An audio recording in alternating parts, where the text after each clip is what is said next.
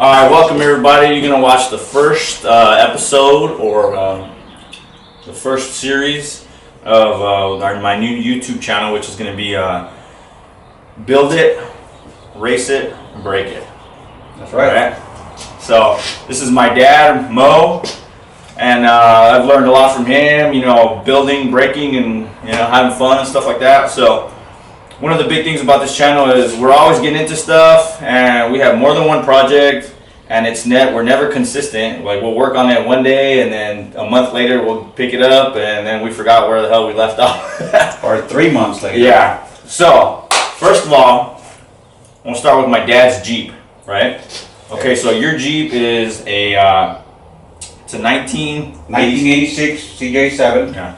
1986 CJ7. Bought it about, I don't know, 25 years ago. Stock.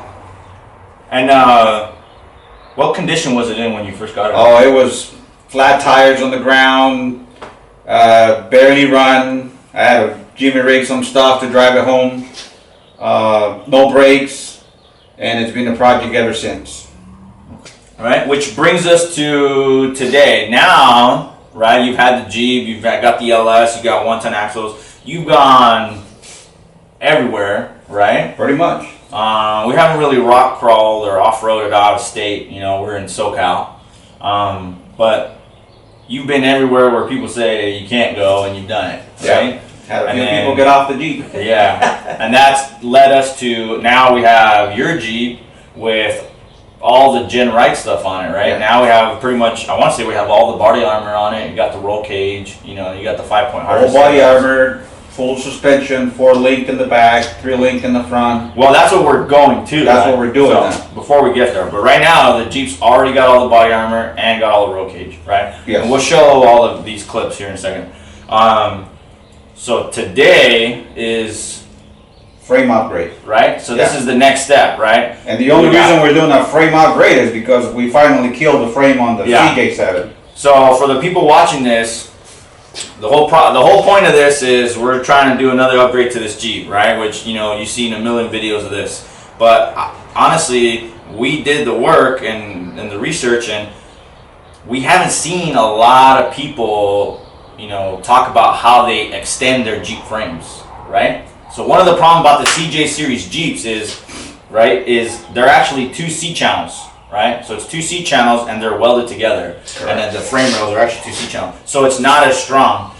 You can go to a YJ frame. Just what we have here. Yeah. And this is a, 2x4 box tubing.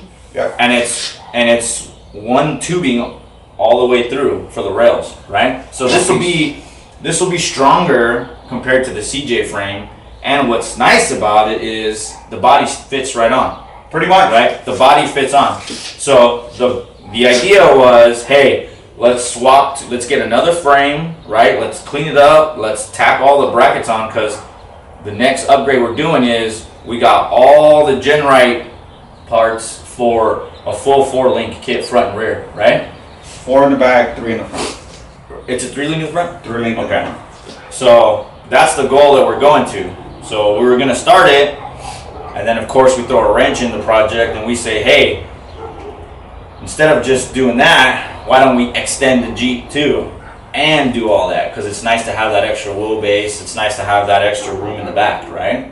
So that's what we're going to do on top of that. So I have my Jeep, which is also an 86 CJ7, but it's pretty much the original axles. It's got a Dana 44, the factory white track, which is pretty cool. But I have an LS in that one, and I did the same thing. I did a YJ swap, right, on the frame, and then I actually cut the back of the frame off and extended it, right, and I extended the tub. Not done with that project yet. That'll be another episode. But you saw that, and now you want to do it too, right? Yep. So I like it. What could we? And obviously, I think we both feel like we can do improvements based off of what we did with that one, right? That's exactly what's happening here. So that's what we're going to go with now, right? So let's go to the board, and then I'll show you what we're talking about. I just got online and I pulled up some I just Googled a YJ frame dimensions, and then this is what I came up with, right? So check this out.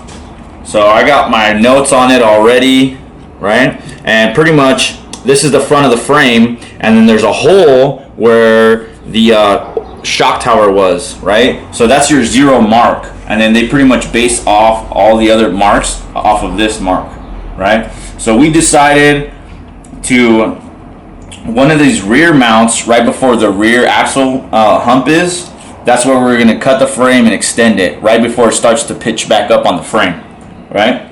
And then for us, it was from that hole, right? It goes out to, this is all in millimeters, so we had to do the conversion. It was 67.25 inches, right? So pretty much it's a hole that's like right here somewhere. And from here, this way, it was 67.25.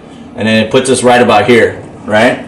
So, and then we literally cut the frame, and then we just add a bracket and extend it, right? And then, so now let's go over here, right?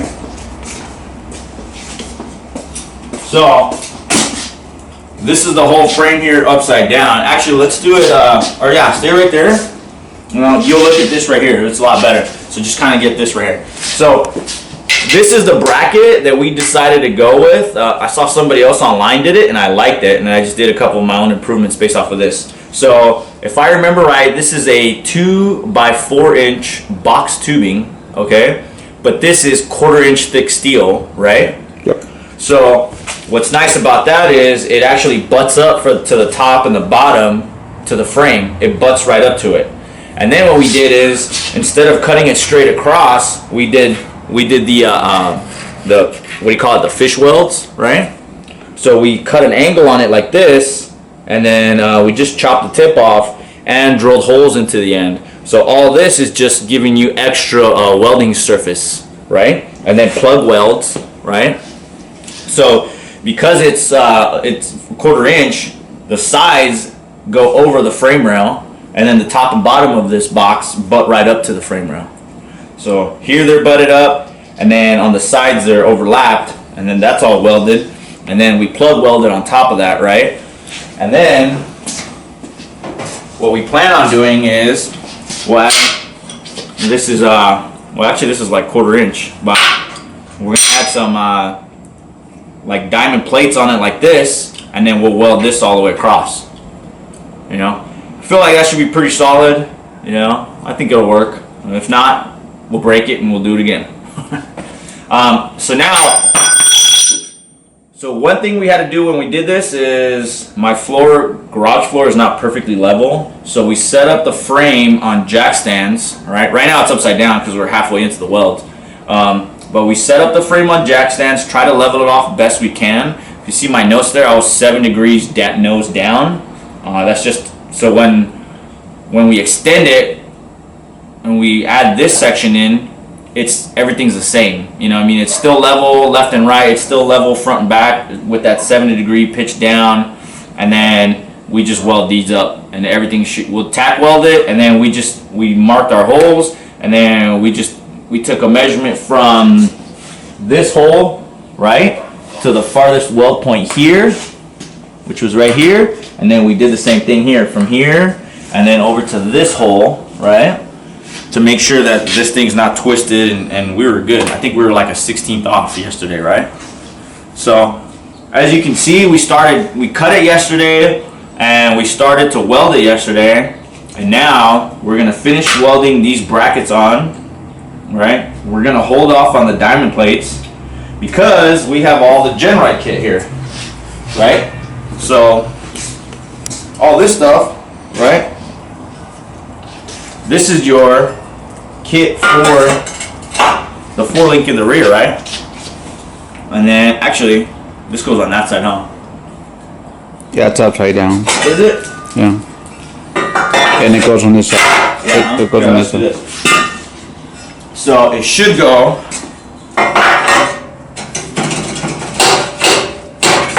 Something like that, right? So again, by going to this bracket still is meant to sleeve over the frame, which it does, right? So we're gonna be somewhere in this range.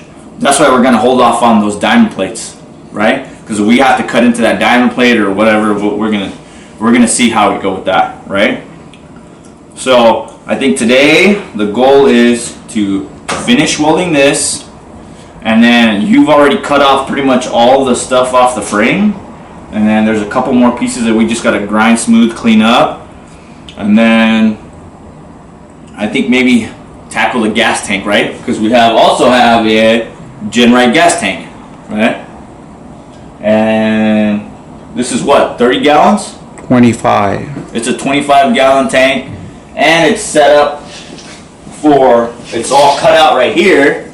25 or 23, I can't remember right Yeah, now. it's all cut out here for the diff, and it's already armored. It's heavy as hell.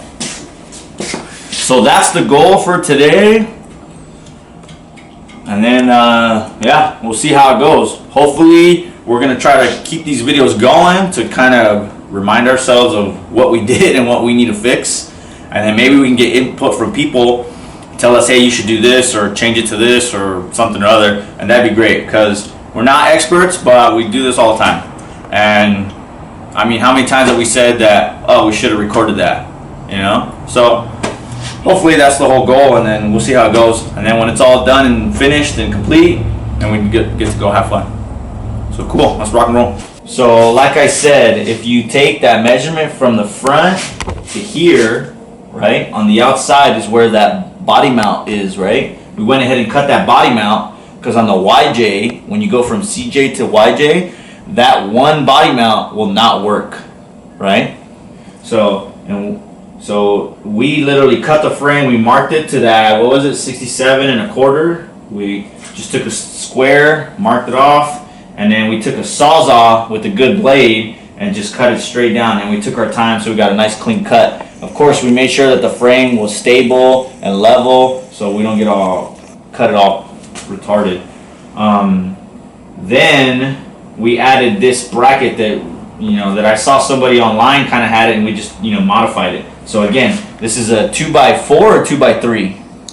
Do you remember? 2x4. Yeah. So this is a 2x4 1/4-inch thick square tubing, right? And then we just took the tops and the bottoms of these. We cut them exactly 15 inches. Okay, exactly 15 inches from here to here, and then we left extra material on the sides, right? And we have this angle, and then you don't want to come to a real sharp point here, okay? So we went ahead and cut the tip of it off, right? And then we went ahead and drilled holes in it to do plug welds. So you have the fish weld, the plug weld, and then you have butt welds on the top and the bottom. And then that should be pretty good, right? So that's the idea. Now, adding this 15 inches, we went with 15 inches because if you extend the frame when you get to the body, right, it's still a CJ tub, but when you extend the body, you extended that 15 inches, what gives you that what is it? The LJ size. Right? So the LJ size body. So the idea is that technically we could probably go with like an LJ soft top or something like that, right, and make it work. All right, so that's the idea. Obviously, you can go Body armor for LJ. That's right. So we have corner guards from Genrite, which I actually have them for mine, and we have they're not pre-cut, they're a blank, but they're LJ length, and we actually mocked them up on the side of my Jeep, which is already extended, and they fit perfect, right? So instead of trying to make our own body armor or whatever, we can just get those, and all we got to do is just cut out for the wheel well and throw them on, and then they're perfect, right? So that's the idea. So for today, we want to finish up all the welds, and then we'll show you what it looks like when we're done. All right, let's do this.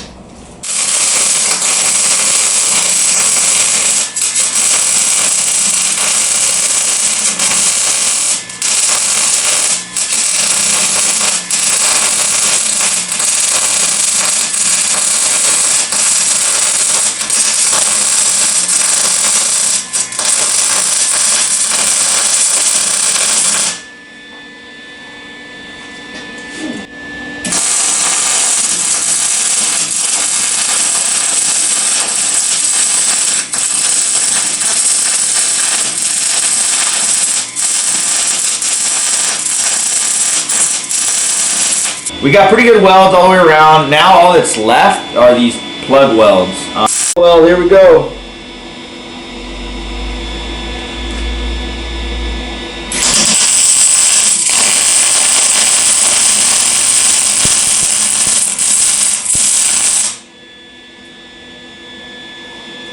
Dang, that actually filled it up really fast. It was a lot faster than I thought it was. So now I'm gonna just try to hit it this way.